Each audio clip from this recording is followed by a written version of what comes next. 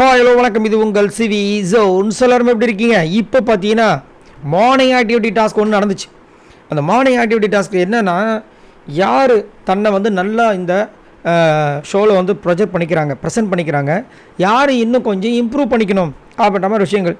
ஏங்க நீங்கள் கொடுக்குற டாஸ்க்குக்கும் அவங்க பண்ணுற வேலைக்கும் எப்படிங்க வந்து ரெப்ரசென்ட் பண்ண முடியும்னா, அதுலேயும் ஒரு சில பேர் நல்லா காமிக்கிறாங்கல்ல. இப்போ எக்ஸாம்பிள் பார்த்தீங்கன்னா வியானா, இந்த மாதிரி ஒரு சில பேர். அதே மாதிரி விஜய் பார்வதி எப்பயுமே லிப்ஸ்டிக் இல்லாமல் இருக்க மாட்டாங்க. ஸோ இந்த மாதிரி விஷயங்கள் யார் அப்படி பண்ணிக்கிறா, யாருக்கு இம்ப்ரூவ்மெண்ட் வேணும். ஏன்னா சுபிக்ஷா மேக்கப் போட மாட்டாங்க, ரம்யா போட மாட்டாங்க, கனி போட மாட்டாங்க.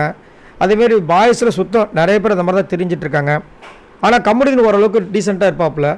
ஸோ அதனால் யார் அப்படின்னும் போது மெஜாரிட்டி பார்த்தீங்கன்னா திவ்யா, ரம்யா, விஜய் பார்வதி, அப்புறம் எஃப்ஜே கமருதி அப்படின்னு சொல்லிட்டு மாறி மாதிரி சொல்கிறாங்க. ஏன்னா எஃப்ஜேலாம் பார்த்தீங்கன்னா மூக்குத்தியை வந்து மூக்கில் குத்துனவர். ஸோ இந்த மாதிரி விஷயங்கள்லாம் போயிட்டுருக்கு.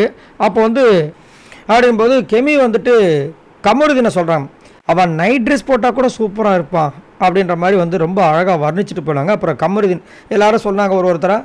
கமருதீன் வந்தாப்புல கமருதீன் வந்து என்ன சொல்கிறாருன்னா, ஒரு பாய்ஸ் எப்படி பார்ப்பாங்க அப்படின்ற ஒரு இதில் நான் சொல்கிறேன்.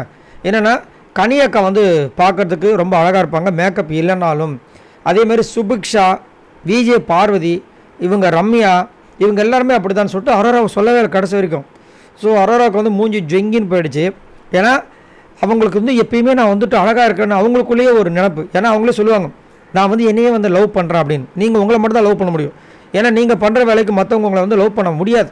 அதுதான் விஷயம், சரிங்களா? கடைசியில் வந்து அவங்களுக்கு ஒரு மாதிரி அசிங்கம் அடித்து ஒரு மாதிரி சிரிச்சுட்டு கம்முன்னு விட்டாங்க. கானாவினத்தை வந்து செம்மையாக வந்து விஜய் பார்வதி சொன்னார். என்னென்னா, நான் பார்வை மட்டும்தான் சொல்லுவேன்.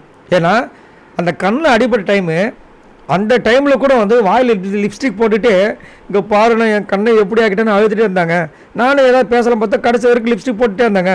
அப்புறம் எங்கே பேசுகிறது தான், கம்முன்னு வந்துட்டேன்ற மாதிரி வந்து பங்கமாக வச்சு செஞ்சுட்டு இருந்தாப்புல. ரொம்ப நாள் கழித்து ஒரு ஃபன்னான ஒரு டாஸ்க் வந்துட்டு பிக் பாஸ் கொடுத்துருக்காப்புல. சூப்பராக இருந்துச்சு. அது இவங்க ஃபன்னாக எடுத்துகிட்டு போன காரணத்தினால. பிக் பாஸ் என்னமோ அப்பப்போ வந்து ஃபன் டாஸ்க்கு கொடுத்துட்டு தான் இருக்காரு. இவங்க ஃபன்னாக எடுத்துகிட்டு போகிறதில்ல, அதுதான் பிரச்சனை. இங்கே ஃபன்னாக எடுத்துகிட்டு போனால் ஃபன்னாக இருக்க போகுது. ரைட், நீங்கள் உங்களோட கருத்தை சொல்லுங்கள். உங்களுக்கு இந்த பிக் பாஸ்லேயே நான் எப்போ பார்த்தாலும் இவங்க அழகாக இருக்காங்கன்னா நீங்கள் யாரை சொல்லுவீங்க?